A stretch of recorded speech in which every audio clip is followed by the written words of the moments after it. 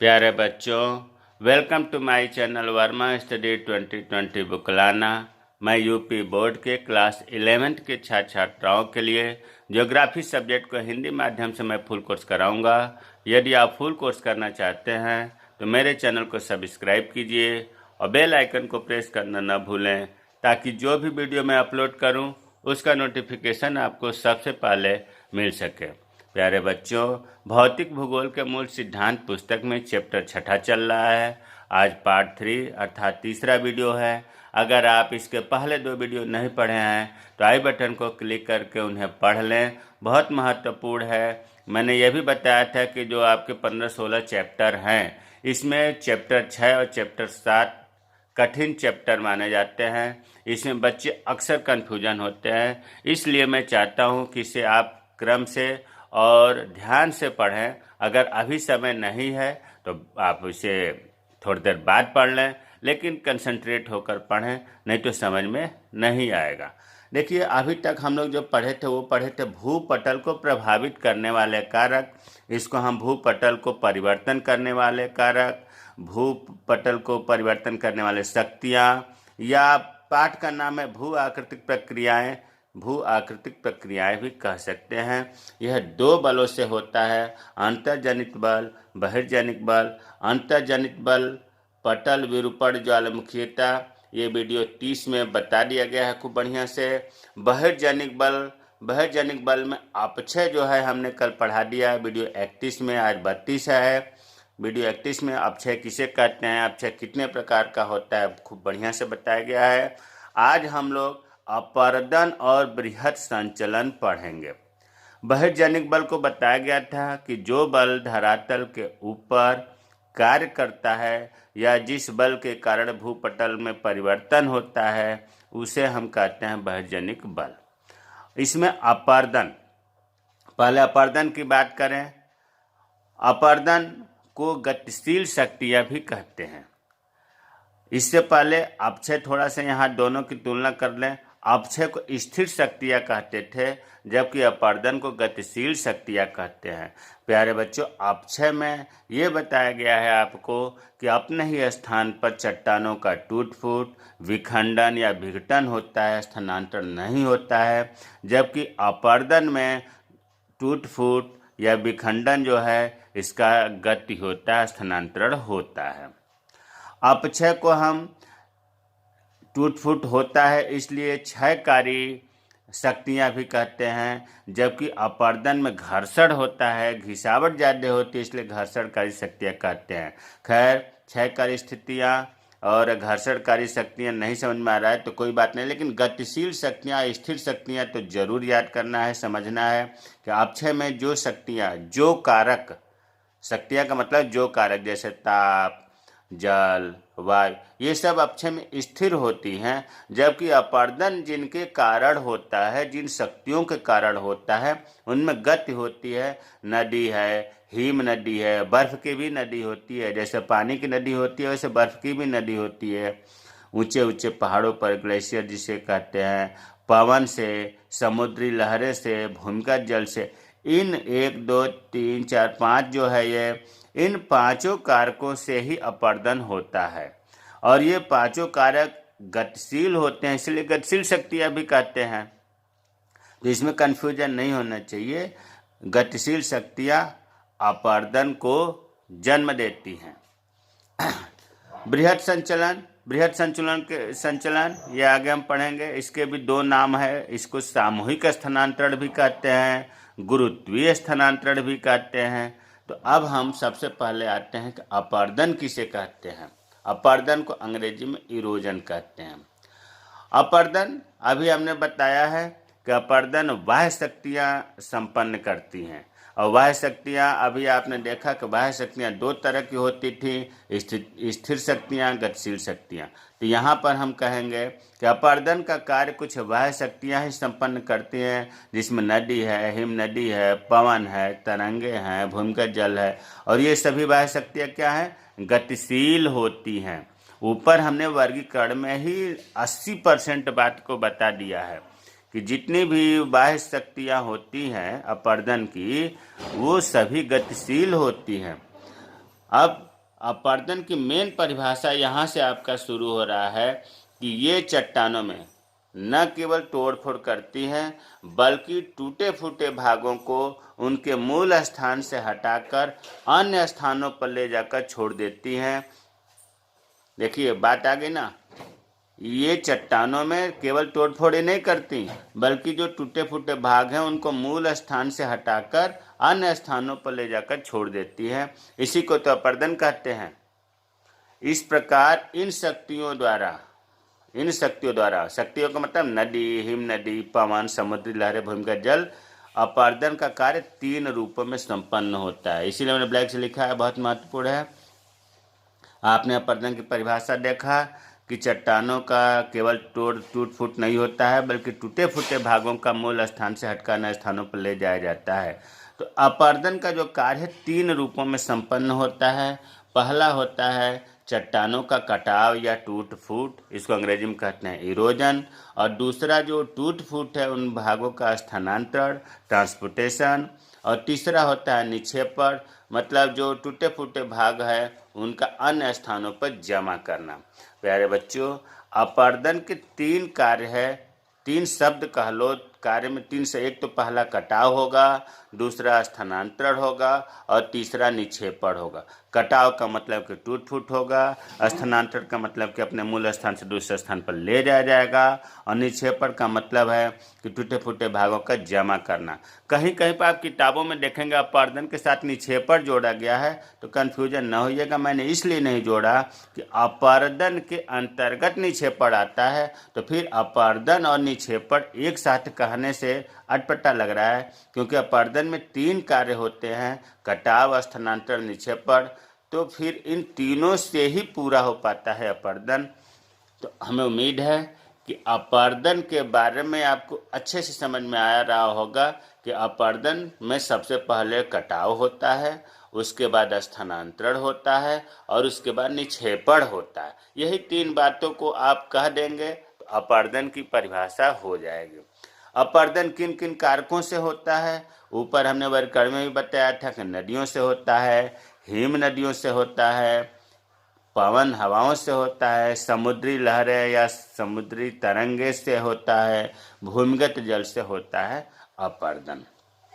तो अपरदन क्या है, अपरदन के कारक कौन कौन से हैं, पढ़ लिया गया। अब इसमें देखिए बहिर्जनिक बल में अपक्षय पढ़ा दिया, अपरदन पढ़ा दिया। अब तीसरा हम पढ़ेंगे बृहत संचलन। बृहत संचलन, इसके ढेर सारे नाम हैं। बृहत संचलन को बृहत क्षरण भी कहते हैं, गुरुत्वीय स्थानांतरण भी कहते हैं, सामूहिक स्थानांतरण भी कहते हैं, अंग्रेजी में मास मूवमेंट्स भी कहते हैं।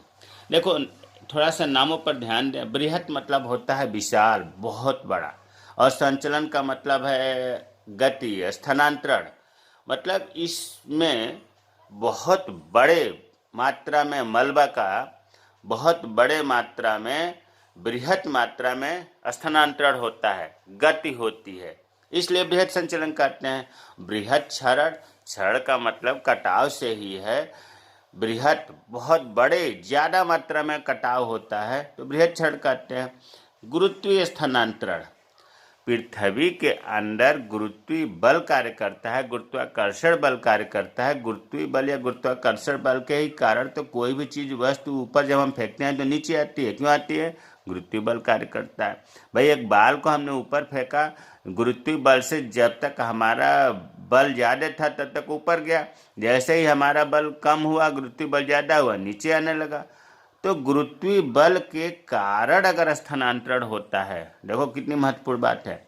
गुरुत्वाकर्षण बल या गुरुत्वीय बल एक ही चीज है। गुरुत्वाकर्षण बल के कारण अगर संचलन होता है, स्थानांतरण होता है किसी मलबे का, उसीलिए इसे गुरुत्वीय स्थानांतरण भी कहते हैं। सामूहिक स्थानांतरण, सामूहिक का मतलब है बहुत बड़े पैमाने पर, बृहत, बृहत ज्यादा मात्रा में मलबे का स्थानांतरण होता है तो सामूहिक स्थानांतरण भी कहते हैं। तो नाम से ही लग रहा है प्यारे बच्चों, बृहत संचलन भी बहिर्जनिक बल है। पृथ्वी के धरातल के ऊपर ही ये बृहत संचलन होता है। और यहाँ यह भी बता दें कि ये भी गति करता है। ऐसा नहीं है कि अपक्षय की तरह आप समझ लें कि उसी जगह पर संचलन गति करता है। और सबसे महत्वपूर्ण बात यह है, पहली बात तो अब तक यह समझ गए होंगे कि गुरुत्वीय बल के कारण ही बृहद संचलन होता है। और सबसे महत्वपूर्ण बात यह है कि इसमें जो कारक हैं, वायु है, जल है, हिम है, इनके द्वारा ये नहीं होता है। अभी तक आपने ये देखा कि हवा के द्वारा, जल के द्वारा, बर्फ के द्वारा ही अपर्दन हो रहा था, संचलन हो रहा था, लेकिन बृहद संचलन इन प्राकृतिक कारकों के द्वारा नहीं होता है, केवल गुरुत्वीय स्थानांतरण या गुरुत्वीय बल के कारण होता है। हाँ, नाम मात्र के अप्रत्यक्ष रूप से थोड़ा बहुत सपोर्ट कर दें प्राकृतिक कारक, वो अलग बात है। तो अब आते हैं बृहद संचलन को। देखो क्या लिखा है। बृहद संचलन के अंतर्गत वे सभी संचलन आते हैं जिनमें सैलों का मलबा गुरुत्वाकर्षण के सीधे प्रभाव के कारण ढाल के अनुरूप बृहद मात्रा में स्थानांतरित होता है। भाई जैसे मान लो ये ढाल है और यहाँ पर कोई चट्टान है और गुरुत्वाकर्षण बल के कारण ये नीचे आ गया, तो ये कहा जाएगा बृहद संचलन। और ये नीचे तो आ ही रहा है और इधर भी दबाव बना रहा है वर्टिकल में। तो समझने का प्रयास करिए कि जब सैलों का मलबा गुरुत्वाकर्षण के सीधे प्रभाव से, गुरुत्वाकर्षण बल के कारण ढाल के अनुरूप, जिधर नीचे ढाल है उधर बृहद मात्रा में स्थानांतरित होता है, उसे ही तो बृहद संचलन कहते हैं। और इस बृहद संचलन में कोई भी भू आकृति कारक जैसे प्रवाहित जल, पानी का बहते हुए जल, बर्फ, वायु सीधे रूप में सम्मिलित नहीं होते। सीधे रूप इसलिए कहा गया कि थोड़ा बहुत जो है सपोर्ट भले मिल जाए। आप मान कर चलिए कि जो प्राकृतिक कारक हैं इनसे होता ही नहीं है बृहद संचलन। और इस प्रकार का स्थानांतरण कहाँ होगा? भाई जहाँ ढाल होगा वहीं तो होगा, मैदान में थोड़े नहीं होगा। पर्वतों पर होगा, पठारों पर होगा, जहाँ ढाल तीव्र होगा। तो बृहद संचलन समझ में आया होगा। हमने ब्रैकेट में लिखा है कुछ बात, देखो बहुत महत्वपूर्ण है। बृहद संचलन का तात्पर्य है वायु, जल, हिम ही अपने साथ एक स्थान से दूसरे स्थान तक मलबा नहीं ढोते, अपितु मलबा भी अपने साथ वायु, जल या हिम ले जाते हैं। इसका मतलब यह हुआ कि अभी तक हम लोगों ने जो पहले पढ़ा उसमें यही पढ़ा था कि हवा के द्वारा, पानी के द्वारा, बर्फ के द्वारा जो है मलबा जाता है। लेकिन बृहद संचलन में ठीक उल्टा है। हवा, पानी, जल के द्वारा तो ये जाता ही नहीं है, बल्कि ये बृहद संचलन हवा, पानी, बर्फ को अपने साथ ले जाता है। जब बहुत ऊंचा, बहुत ज़्यादा मलबा आएगा तो रास्ते में जो बर्फ होगा, जो पानी होगा, उसे भी लेकर आ जाएगा। ठीक उल्टा है इसमें। अब तक जो आप पढ़ रहे थे कि हवा, जल, हिम के द्वारा ही स्थानांतरण होता है, लेकिन बृहद संचलन में मलबा अपने साथ वायु, जल, हिम को ले जाते हैं। तो ये जानना बहुत जरूरी था। अब आते हैं कि बृहद संचलन कितने प्रकार का होता है। तो बृहद संचलन या बृहद स्थानांतरण, गुरुत्वीय स्थानांतरण 3 प्रकार का है। मंद संचलन, तीव्र संचलन और भूमि संचलन। भूमि संचलन को भूस्खलन भी कहते हैं। देखिए, मंद संचलन, नाम से ही लग रहा है कि मंद, बहुत धीरे धीरे स्थानांतरण होगा। मंद संचलन में इतना धीरे धीरे होगा कि हमें आपको दिखाई नहीं देगा। वही चीज़ है, इसके अंतर्गत मलबे का संचलन बहुत मंद गति से होता है, जो प्रत्यक्ष रूप से दिखाई नहीं देता है। जैसे मृदा सरपट, सरपट इसलिए कि सांप की तरह रेंगते हुए। मृदा का जब धीरे धीरे संचलन होता है तो मृदा सरपट।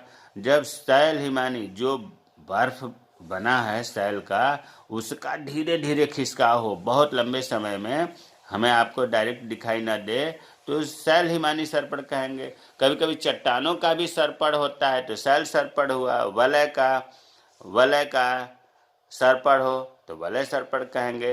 तो मंद संचलन में बहुत ज़्यादा परेशान होने की जरूरत नहीं है। नाम से ही लग रहा है कि इसका मलबे का संचलन बहुत मंद गति से होता है।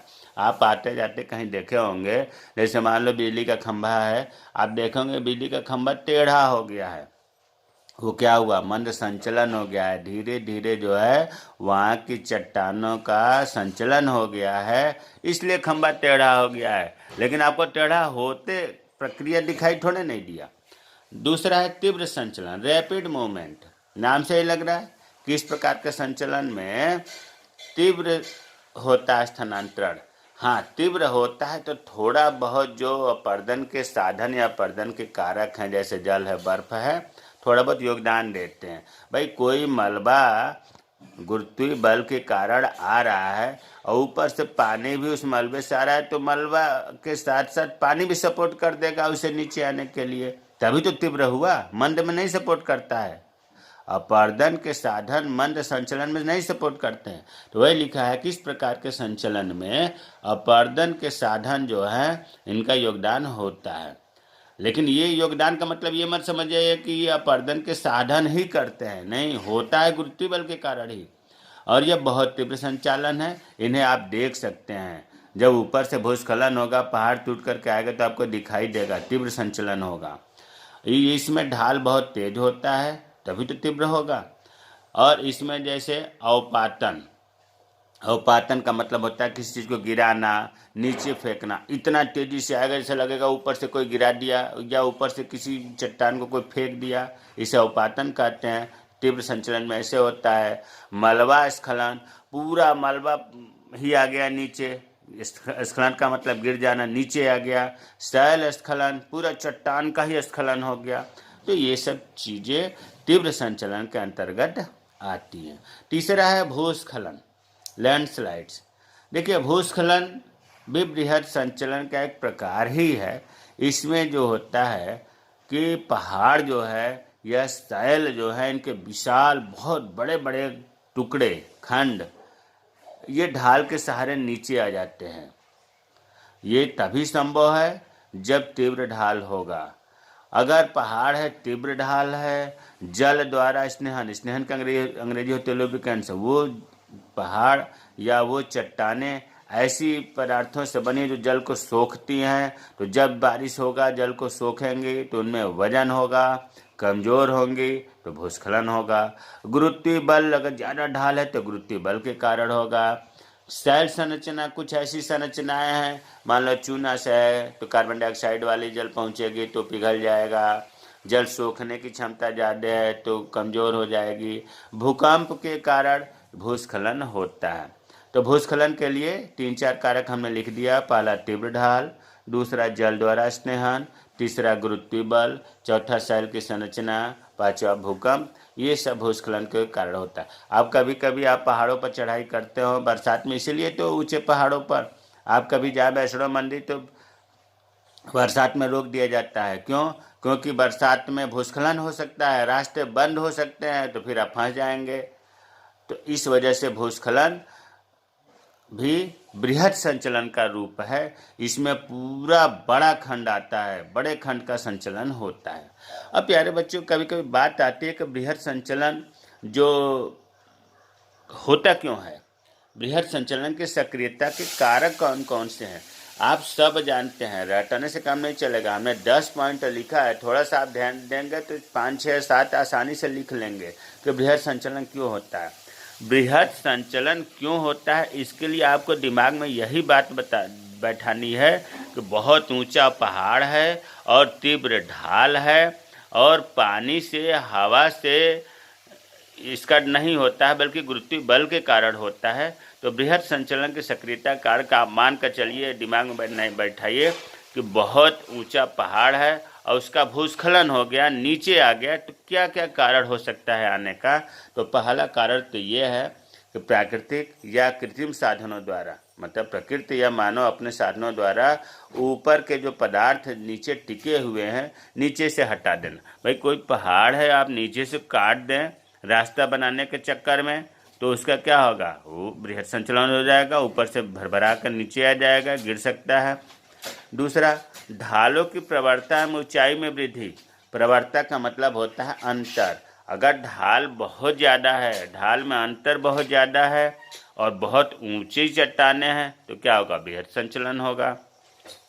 तीसरा है कि पदार्थों के प्राकृतिक या कृत्रिम भराव के कारण उत्पन्न मान लो कोई चट्टान है, उस पर प्रकृति के द्वारा कोई दूसरा पहाड़ आकर के उस पर रुक गया, या आपने कृत्रिम भराव कर दिया, तो नीचे की जो चट्टानें हैं वो अतिभार के कारण बृहद संचलन हो सकता है। ये कारण है, ये रटने से काम नहीं चलेगा। ये अपनी बात उस पर है कि किन किन कारणों से पहाड़ टूट सकता है, बृहद संचलन मलबा हो सकता है, इन पर ध्यान देना है। चौथा, मान लो अत्यधिक वर्षा हो रही है और वो चट्टानें बहुत ज़्यादा अपने को संतृप्त कर ली, पानी को सोख ली, है ना, और जब सोख लेंगी तो निश्चित रूप से उनमें वजन बढ़ेगा और वो कमज़ोर होंगी, तो बृहद संचलन होगा। पांचवा है मूल ढाल की सतह पर से पदार्थ या भार का हटाना। कोई पहाड़ चट्टान है और उसका ढाल आपने चेंज कर दिया, दूसरे साइड में कर दिया, तब भी बृहद संचलन हो सकता है। अगर भूकंप आ गया तब भी बृहद संचलन हो सकता है। आप सड़क बनाने के लिए विस्फोट कर रहे हैं, चट्टानों को तोड़ रहे हैं या मशीनों से ड्रिलिंग कर रहे हैं, तो वाइब्रेशन कंपन होता है विस्फोट से या मशीनों के ड्रिलिंग करने से, तब भी बृहद संचलन हो सकता है। अत्यधिक प्राकृतिक रिसाव, कभी कभी प्रकृति के द्वारा नीचे ही नीचे पानी ज़्यादा रिसाव करता है, तो इसकी वजह से भी चट्टानें कमज़ोर हो जाती हैं और बृहद संचलन होता है। प्राकृतिक वनस्पतियों का दिन रात हम लोग कटाव कर रहे हैं, नष्ट कर रहे हैं, जिससे चट्टानें जो हैं वो पानी के संपर्क में, हवा के संपर्क में, ताप के संपर्क में ज़्यादा आ रही हैं, तो बृहद संचलन होने की संभावना ज़्यादा है। झील है, जलाशय है, नदियां हैं, इनसे हम भारी मात्रा में जल को निकाल रहे हैं, तो जब पानी, मान लो कोई झील है या जलाशय है, पानी भरा है तो उसके किनारे सपोर्ट में खड़े हैं पानी से, और जब पानी आप निकाल लेंगे तो किनारों का टूट करके बृहद संचलन होने की संभावना बढ़ जाती है।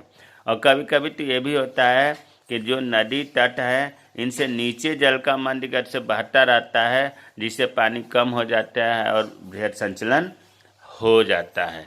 तो हमें उम्मीद है कि आज का जो वीडियो है बृहद संचलन और अपर्दन, ये समझ में आया होगा।